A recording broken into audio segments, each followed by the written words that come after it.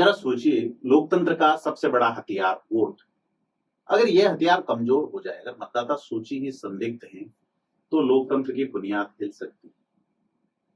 लेकिन आरोप गलत हैं इस तरह के, तो बड़ा सवाल है कि किसकी बुनियाद हिलेगी।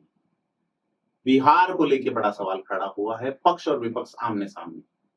एक का कहना है मतदाता सूची गलत है, दूसरे का कहना है कि आरोप लगाने वाले। तो बड़ी चीज ये है कि क्या वाकई मतदाता सूची की सफाई हो रही है या फिर वोट चोरी की साजिश हो रही है। नमस्कार, मैं प्रदीप हूँ, आप थिंक 360 देख रहे हैं और गहराई से जानेंगे कि बिहार में चल रहे मतदाता सूची के विशेष गहन पुनरीक्षण यानी कि स्पेशल इंटेंसिव रिवीजन SIR 2025 को, जिसने राजनीति में भूचाल ला दिया। तो सवाल यह है कि बिहार में वोटर वेरिफिकेशन का मामला क्या है। तो भारत निर्वाचन आयोग यानी कि इलेक्शन कमीशन ऑफ इंडिया ने बिहार से स्पेशल इंटेंसिव रिवीजन 2025 की शुरुआत की है। इसका मकसद साफ है कि हर योग्य नागरिक का नाम मतदाता सूची में, कोई भी पात्र मतदाता छूटे नहीं, फर्जी या डुप्लीकेट नाम हटाए जाए। क्योंकि बीते 20 साल में बिहार में शहरीकरण और प्रवास की वजह से मतदाता सूचियों में बड़ी गड़बड़ियां हुई हैं और जब नवंबर 2025 में विधानसभा चुनाव होने वाले हैं तो प्रक्रिया और भी संवेदनशील हो गई। संविधान का अनुच्छेद 324 चुनाव आयोग को मतदाता सूची और चुनाव की पूरी जिम्मेदारी देता है और अनुच्छेद 326 अब यह कहता है कि 18 साल से ऊपर का भारतीय नागरिक वोट डाल सकता है। पब्लिक रिप्रेजेंटेटिव एक्ट यानी कि जनप्रतिनिधित्व अधिनियम 1950 की धारा 19 ये कहती है मतदाता वही होगा जो 18 वर्ष से ऊपर और उस क्षेत्र का निवासी। धारा 21 आयोग को अधिकार देती है कि जरूरत पड़ने पर विशेष पुनरीक्षण किया जा सके।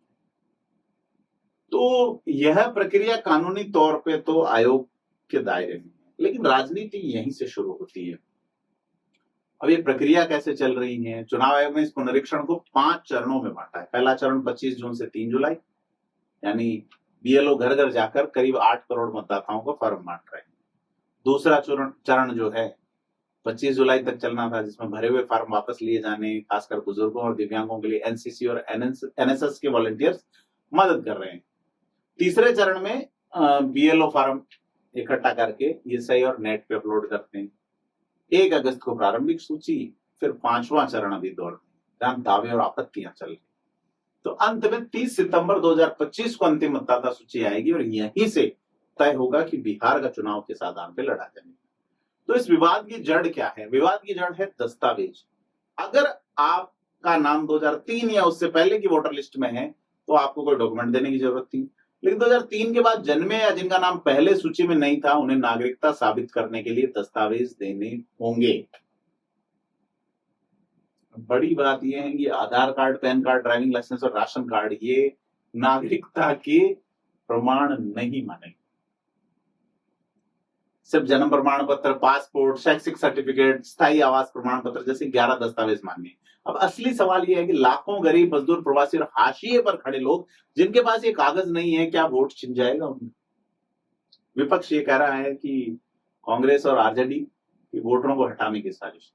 राहुल गांधी से वोट चोरी कर रहे हैं। तेजस्वी यादव आरोप लगा रहे हैं कि मजदूरी करने गए, बाहर गए लाखों बिहारी मजदूरों के वोट छीने गए।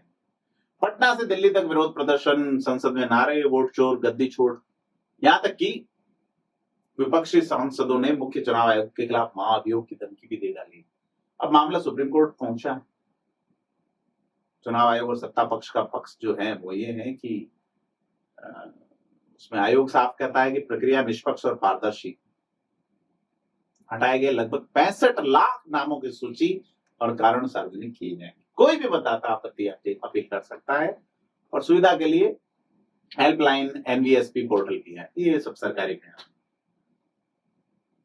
भाजपा और लोजपा रामविलास जो है उसने आयोग का समर्थन किया। उसका कहना है विपक्ष सिर्फ भ्रम फैला रहा है और घुसपैठियों के वोट बचाना चाहता है।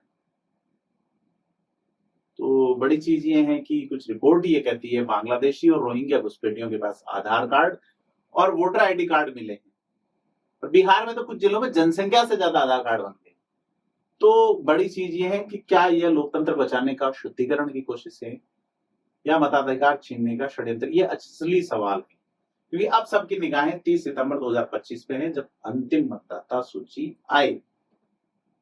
तो क्या बिहार में लोकतंत्र मजबूत होगा, बांग्लादेशी रोहिंग्या बाहर निकाले जा रहे हैं, या फिर वैध मतदाताओं के वोट छीने जा रहे हैं? क्या बिहार में एक नया राजनीतिक संकट छीनेगा? याद रखिए, लोकतंत्र की असली ताकत आपका वोट है, और अगर वह संदिग्ध है तो पूरी व्यवस्था पे सवाल है।